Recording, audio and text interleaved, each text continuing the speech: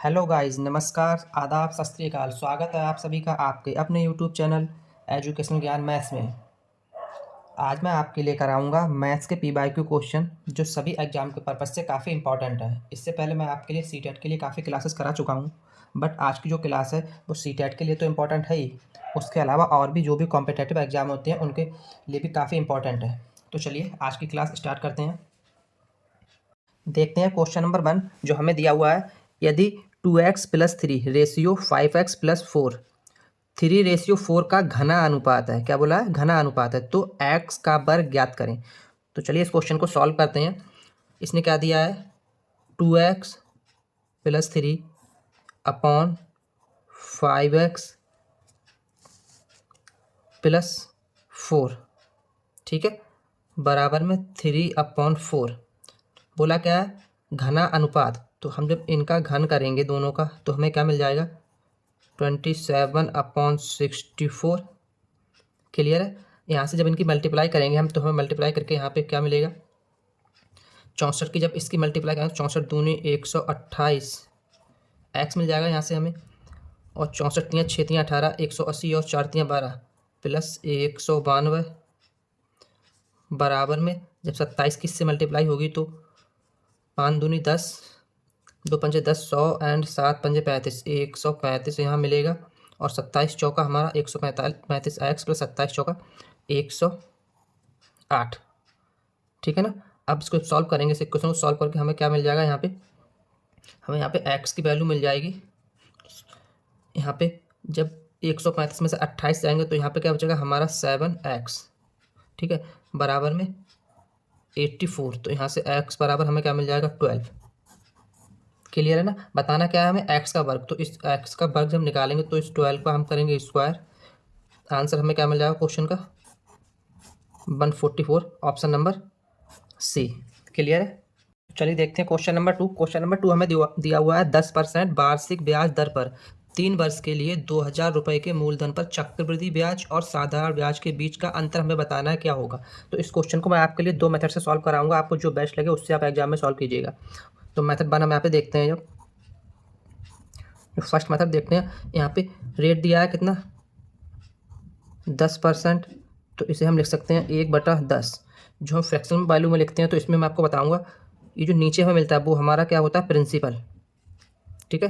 जो नीचे वाला होता है वो हमारा मूलधन होता है और जो ऊपर मिलता है हमें ये हमारा इंटरेस्ट होता है। क्लियर है ना? जो नीचे मिलता है मूलधन, ऊपर जो मिलता है वो इंटरेस्ट होता है, ठीक है। अब यहाँ पे क्या है कि 10 रुपये का जो मूलधन है इस पर हमें ब्याज कितना मिल रहा है? 1 रुपये। कुल कितना दिया है? 2000 रुपये। तो 2000 रुपये हमें ब्याज कितना मिलेगा? 10 से डिवाइड करेंगे तो क्या मिलेगा हमें? 200 रुपये। मतलब 1 साल का 2000 पे 200 रुपये मिल रहा है। टाइम कितना दिया है इसने? 3 वर्ष। तो 3 वर्ष का कितना मिलेगा? 600 रुपये। अब जब सी आई निकालना है हमारे लिए, सी आई को हम कैसे निकालेंगे? ट्री मेथड से यहाँ पे निकालेंगे। ट्री मेथड कैसे निकालेंगे?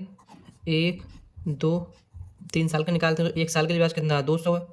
जब दूसरी साल में आएंगे तो 600 का तो 200 ब्याज रहेगा, लेकिन इस 200 का कितना 20 और बढ़ जाएगा। जब तीसरी साल के लिए आएंगे तो 2000 का तो 200 ब्याज रहेगा। अब इस 200 का 20 हो जाएगा, इस 200 का भी 20 हो जाएगा और इस 20 का ब्याज कितना हो जाएगा? 2 रुपये 10% के हिसाब से। तो जब इस सबको हम ऐड करेंगे तो टोटल हमें ऐड करके सी आई यहाँ पे कितना मिलेगा? 600 और 20 20 40 20 60 मतलब 662 रुपये। निकालना क्या है? डिफरेंस। तो ऐसा ही हमारा 600 रुपये है, सी आई हमारा 662 रुपये है, दोनों का डिफरेंस निकालेंगे तो सी आई माइनस एस आई क्या मिलेगा यहाँ से हमें? 22। इस क्वेश्चन का आंसर। ये तो इसका फर्स्ट मेथड था। और सेकंड मेथड जो है वो फॉर्मूला बेस्ड है। इसका जो सेकंड मेथड होता है वो होता है हमारे लिए सी आई माइनस एस आई। अगर दोनों का डिफरेंस निकालना है तो उसके लिए एक बेसिक सा फॉर्मूला होता है जो मैं आपको बताऊंगा। फॉर्मूला हमारा होता है PR² अपॉन 100 का स्क्वायर ब्रैकेट में 3 + R/100। क्लियर ना? ये हमारा, अगर आपको ये सब नहीं करना तो सीधा इस फॉर्मूला में वैल्यू पुट कीजिएगा और आंसर मिल जाएगा। P कितना? 2000, R की कितना 10 है तो यहाँ पे कितना होगा? 100 अपॉन में 100 × 100। 3 + R की जगह जब 10 रखेंगे तो यहाँ क्या मिल जाएगा? 1/100। 10, 100 कट जाएगा तो यहाँ से हमें क्या मिल जाएगा 2000 गुणा ये मिल जाएगा 31/100 और 10 की मल्टीप्लाई होगी तो 1000 यहाँ हो जाएगा। 3 0 कट जाएंगे और 31 दूनी 62 रुपये, जो हमें क्या मिल जाएगा इस क्वेश्चन का answer option number B. Clear है? जो भी आपको बेस्ट लगे वो मेथड आप एग्जाम में अप्लाई करें। नेक्स्ट क्वेश्चन दिया है, एक्स के पास बैंक खाते में 100 रुपये 82 पैसे का शेष है। 74 रुपये 35 रुपये जमा करने पर और 50 रुपये 17 पैसे निकालने पर के बाद वह अपने बैंक बैलेंस के साथ 5 रुपये के कितने चॉकलेट खरीद सकता है। अच्छा क्वेश्चन है, ठीक है। तो चलिए इसे सॉल्व करते हैं। उसके पास अभी बैंक खाते में कुल कितने रुपए हैं? 100 रुपये 82 पैसे हैं उसके पास। उसने 74 रुपये 35 पैसे उसमें और डाल दिए। 74 रुपये 35 पैसे उसमें डाल दिए। कुल उसमें बैंक खाते में कितने हो गए अब यहाँ पे? तो उसके खाते में हो जाएंगे 8 और 2 10, सॉरी 5 और 2 7 और 8 और 3 11 और 1 12, ठीक है। 5 और 2 7, 8 और 3 11 का 1 और यहाँ पर 1 बढ़ जाएगा तो 175 रुपये 17 पैसे उसके पास हो गए, ठीक है। आगे उसने क्या किया, अपने बैंक हाँ जमा करके और 50 रुपये 17 पैसे निकाल लिए। अब इसमें से उसने कितने 50 रुपये 17 पैसे निकाल लिए तो क्या बचेगा इसमें 125 रुपये, ठीक है। उसके खाते में अब करेक्ट कितने रह गए हैं 125 रुपये रह गए हैं। तो इन 125 रुपये को उसने 5 रुपये वाली चॉकलेट खरीदी तो 5 से कर देंगे डिवाइड, तो कितनी चॉकलेट उसने खरीद पाएंगी 25, जो क्या होगा हमारा इस क्वेश्चन का answer option number C. Clear है? वीडियो को लाइक कीजिए, शेयर कीजिए और चैनल को सब्सक्राइब जरूर कीजिए ताकि ऐसे ही शानदार क्वेश्चन मैं आपके लिए कराता रहूं।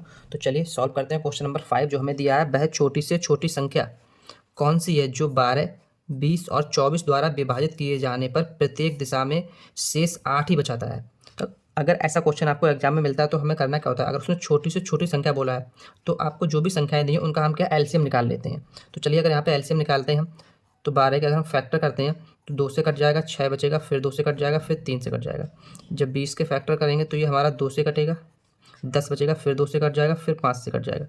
फिर यहाँ पर 24 है, अगर 24 का फैक्टर करेंगे तो 2 से कटेगा 12 बच जाएगा, फिर 2 से कटेगा 6 रह गया, फिर 2 से कट जाएगा, 3 से कट जाएगा। तो एलसीएम निकालने को हम क्या करते हैं, मैंने आपको बता रखा है प्रीवियस वीडियो में, जो भी है जिनका लिंक मैं आपको इस वीडियो के डिस्क्रिप्शन में दे दूंगा। मैंने जो एलसीएम एचसीएफ की क्लास कराई है, यहाँ हम एलसीएम के लिए क्या करते हैं, जो भी कॉमन होता है वो हम उठा लेते हैं। 2 कॉमन है, फिर यहाँ पे फिर से एक 2 कॉमन है, 3 यहाँ एटलीस्ट 2 में कॉमन होना चाहिए तो 3 2 में कॉमन है। फिर जो बचता है वो उठा लेते हैं 5 और 2, 5 और 2 इनकी जब मल्टीप्लाई कराएंगे तो 2 पंजे 10, 10 तियाँ 30, 30 दूनी 60 और 60 दूनी 120। तो एलसीएम निकल के क्या आ जाएगा यहाँ पे 120, एलसीएम आ गया। करते क्या है, ऐसे क्वेश्चन में बोलता है, जो बोलता है मतलब शेष बचेगा उसको हम जो एलसीएम निकल के आता है उसमें कर देते हैं ऐड। तो जब 8 इसमें ऐड करेंगे तो हमें आंसर क्या मिल जाएगा 128, ठीक है ना। ये क्या होगा हमारा इस क्वेश्चन का answer option number B. Clear है? नेक्स्ट क्वेश्चन नंबर 6 दिया है, सबसे बड़ी 5 अंकों की संख्या और सबसे छोटी 4 अंकों की संख्या के बीच का अंतर ज्ञात कीजिए। सिंपल सा क्वेश्चन है, ऐसे भी क्वेश्चन हमें एग्जाम में देखने को मिल जाते हैं कभी कभी। तो सबसे बड़ी 5 अंकों की संख्या क्या होगी, 5 बार हम 9 लिख देंगे, 4 5, ये सबसे बड़ी 5 अंकों की संख्या होगी। और सबसे छोटी 4 अंकों की संख्या क्या होगी, 1 लिख के उसके पीछे 3 जीरो लगा देंगे। इनका अंतर निकालना है तो उसमें से माइनस कर देंगे, यहाँ 9 बचेगा, ठीक है। फिर 9 9 9 तो 9 9 हमारे कितने, एक यहाँ 9 9 है, यहाँ 9 9 है, ठीक है। आगे और देख लेते हैं तो 9 में से एक जाएगा, यहाँ 8 बचेगा और 9, तो 98,999 हमारा क्या होगा इस क्वेश्चन का answer option number C. Okay. Next question number 7 में बोला है, एक परीक्षा में एक छात्र ने 85% अंक प्राप्त किए। 4 विषयों में उसके अंक 79, 81, 88 और 94 थे। 5वें विषय में अर्जित अंक ज्ञात करने हैं। तो उसने 85% ज्ञात किए हैं। तो जब हम यहाँ पे उसके कुल मार्क्स निकालेंगे उसने कितने प्राप्त किए, तो क्या करेंगे 85 मल्टीप्लाई बाई 5, क्योंकि कुल 5 सब्जेक्ट थे ना। तो हमें उसने कितने 55 25 5 और 5 8 40, 425 उसने कुल नंबर, ये तो परसेंटेज हम निकालते हैं, बोर्ड में निकाल ले, कुल 425 मार्क्स उसने प्राप्त किए। अब इन सबको जब ऐड करेंगे 79, 81, 88 और 94, तो इनको ऐड करने पर हमें मिलेगा यहाँ पे 342। सबको ऐड करके निकालना क्या है 5वें विषय का, तो जब 5वें विषय का निकालेंगे तो कैसे निकालेंगे 425 में से माइनस कर देंगे हम कितना 342, जो हमें मिलेगा वो क्या 5वें विषय का अंक मिल जाएंगे। तो 5 में से 2 जाएंगे 3 और यहाँ 42 में से 34 जाएंगे तो कितने 8, मतलब 83, कितने 83 मार्क्स उसे 5वें सब्जेक्ट में मिले। तो ऑप्शन नंबर ए इसका हमारा आंसर हुआ। क्लियर है। नेक्स्ट क्वेश्चन नंबर 8 हमें दिया है 30% और 10% की दो अनुक्रमित छूट देने के बाद एक वस्तु 945 में बेची गई, वस्तु की लागत मूल्य ज्ञात करें। तो इस क्वेश्चन को हम सॉल्व कैसे करेंगे। किसी भी वस्तु की जो लागत मूल्य होती है वो कितनी होती है 100%। छूट कितनी यदि 30% और 10% की, तो जो नेट हमने छूट दी है वो कितनी दी है, उसका फॉर्मूला होता है x plus by minus x by upon 100। तो कुल हमें छूट कितनी दी है 30 और 10 40 माइनस 300/100। तो यहाँ से नेट जो डिस्काउंट दिया कितना 37% का। कुल कितना था CP 100, तो 100 में से 37 का दिया डिस्काउंट, तो बचा कितना 63। तो 63% जो बचा इसी में तो उसने बेचा है, ठीक है 63% उसने बेचा, लेकिन इसने बोला कितना 945 में। तो 63 को जो हम बराबर कर देंगे 945 के, तो एक बराबर हमें यहाँ से मिल जाएगा 15। ठीक है, निकालना क्या है CP निकालो। CP हमारी कितनी है 100%, तो 100% गुणा 15, तो यहाँ से हमें कितना मिलेगा आंसर 1500 रुपये। क्लियर है ना, option number B. Next question number 9 दिया है 10% ब्याज पर 2 वर्ष की अवधि के लिए एक निश्चित मूलधन पर साधारण ब्याज चक्रवृद्धि ब्याज से 1 रुपये कम है, तो मूलधन ज्ञात करना है। ठीक है, तो इस क्वेश्चन में क्या करेंगे, हम सपोज कर लिया मूलधन कितना है 100 रुपये है। ठीक है, अब जब हमने मूलधन मालूम कर लिया, अब हम क्या करेंगे, ये जो कंडीशन में दी हैं इन कंडीशन को चेक कर लें क्या 100 रुपये मूलधन मानने पर कंडीशन को फॉलो कर रहा है। तो चलिए चेक करते हैं। हमारा SI क्या होता है PRT/100, ये होता है ना SI। तो यहाँ से जब उसमें वैल्यू पुट करेंगे तो P की जगह पे 100, R 10 दिया है, T टाइम 2 वर्ष के लिए दिया है अपॉन 100। ठीक है, तो यहाँ से क्या मिल जाएगा हमें SI 20,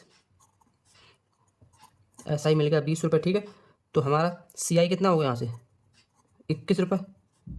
क्यों होगा, क्योंकि इसने बोला है साधारण ब्याज चक्रवृद्धि ब्याज से 1 कम है, तो जब ये 20 है तो चक्रवृद्धि ब्याज ज़्यादा होगा 21 रुपये हो जाएगा। अब हम इस कंडीशन को चेक कर लेते हैं। CI हम निकालेंगे 2 साल के लिए, 1 साल 2 साल के लिए कितने रुपये पे 100 रुपये पे। 1 साल के लिए 10% ब्याज से कितना होगा 10, दूसरी साल को भी 10 होगा, फिर दूसरी साल को 100 का तो 10 होगा और इस 10 का एक और हो जाएगा, तो टोटल हमारा कितना हो जाएगा 21 रुपये। ठीक है, मतलब CI और SI दोनों कंडीशन फॉलो करें, इसका मतलब आंसर हमारा क्या होगा ऑप्शन नंबर ए। क्लियर है। नेक्स्ट और आज की इस क्लास का लास्ट क्वेश्चन हमें दिया है 3 साझेदार X, Y और Z ने लाभ साझा किया।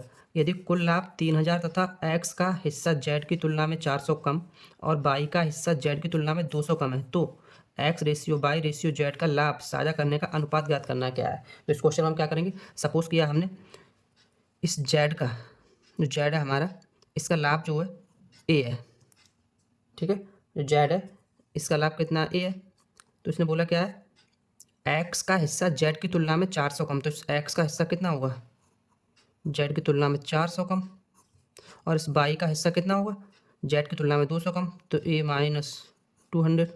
ठीक है, अब इन तीनों का जब हम रेशियो निकालेंगे तो यहाँ पे क्या मिलेगा हमारे लिए, यहाँ पे सॉल्व करके से देखते हैं। इन तीनों को जब हम ऐड करेंगे तो 3A - 600 बराबर टोटल कितना दिया है 3000।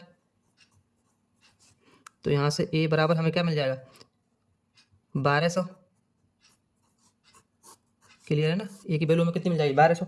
जब इस रेशियो में हम पुट करेंगे, जो पूरे रेशियो दिया है उन्होंने यहाँ पे, तो हमें क्या मिलेगा, यहाँ से 1200 माइनस 400 होगा तो कितना मिलेगा यहाँ पे 800।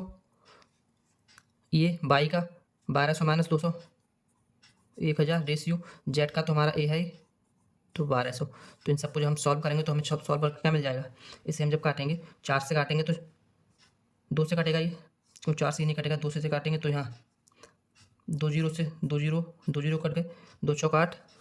ठीक है ना, 2 चौक 8 रेशियो 2 पंजे 10 रेशियो 2 छंग 12, मतलब 4/5/6, जो क्या होगा हमारा इस क्वेश्चन का answer option number C। Clear है। तो आज के लिए इतना ही, मिलते हैं कल एक और शानदार क्लास के साथ। जय हिंद।